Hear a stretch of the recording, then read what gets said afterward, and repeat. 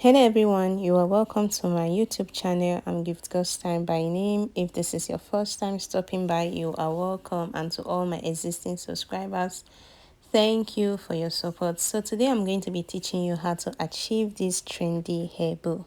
Stay tuned. What I'll be using for this project is less than half of a yard of a satin fabric. I love the flow and the feel of the satin fabric. Next, you can use hairband or alligator clip. Now for this aspect is optional if you want to add accessory to the hair bow. So I'll be using this applique and also this pearl beads, which do not have any holes. That's why I'm going to be using my pearl machine to attach it. Next, you use your hot glue as well.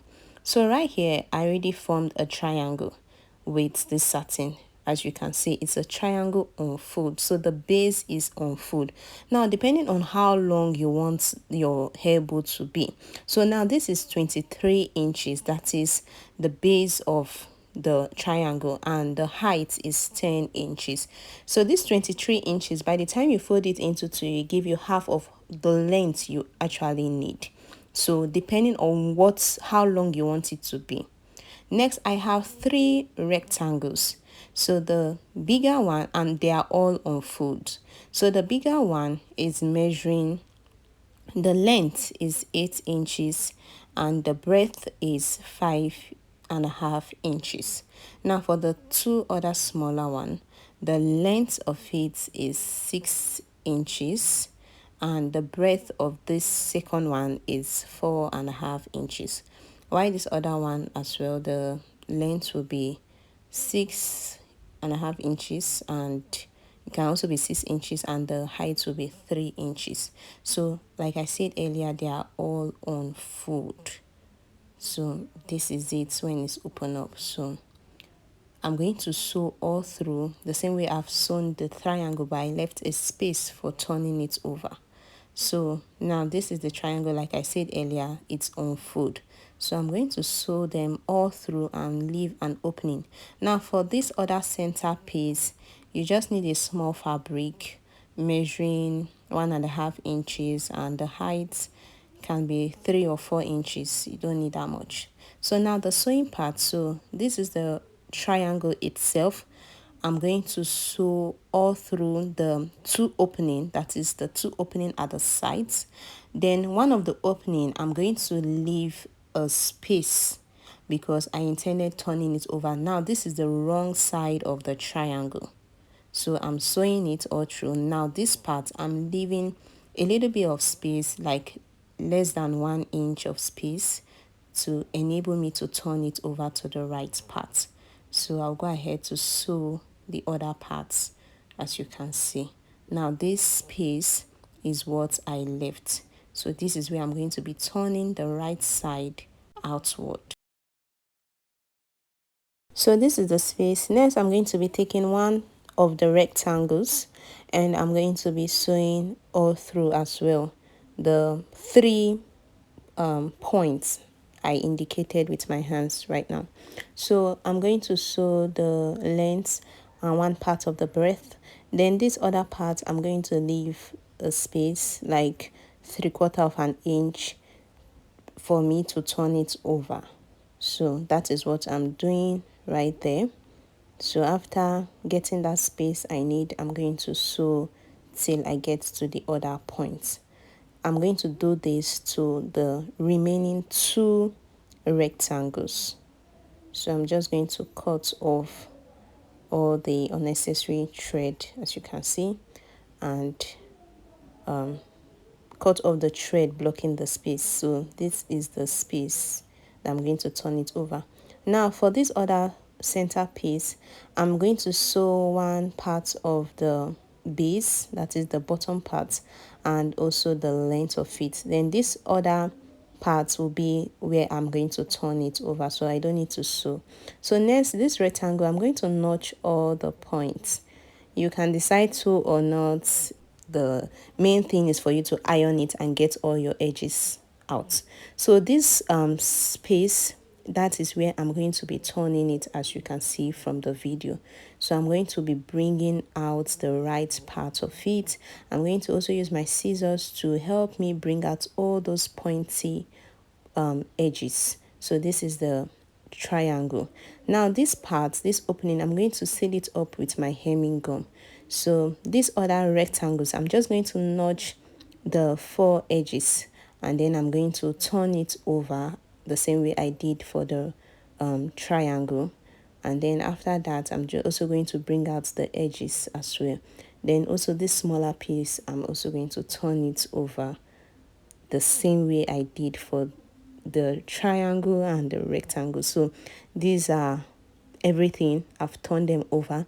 Next, I'm going to iron them and seal it up with my hemming gum. So that's what I did. As you can see, you don't even know where I have the opening. It's all sealed up and ironed. So now we're going to be taking this bigger piece and indicate the midpoint. Firstly, I'm going to be drawing a straight line at that point. Now, this straight line will just give you a guide on how to run a loose stitch throughout. So I'm going to use my threaded needle, and I'm just going to gather it all through, as you can see from the video. So I'm going to gather it till I get to the point. Now, this is the main part of the bow. The main part I mean is the part that gives the bow the tail part of the bow, that gives it that cheerleader effect. So I'm going to make sure that it's secured, and then tighten it properly and give it a close stitch, as you can see.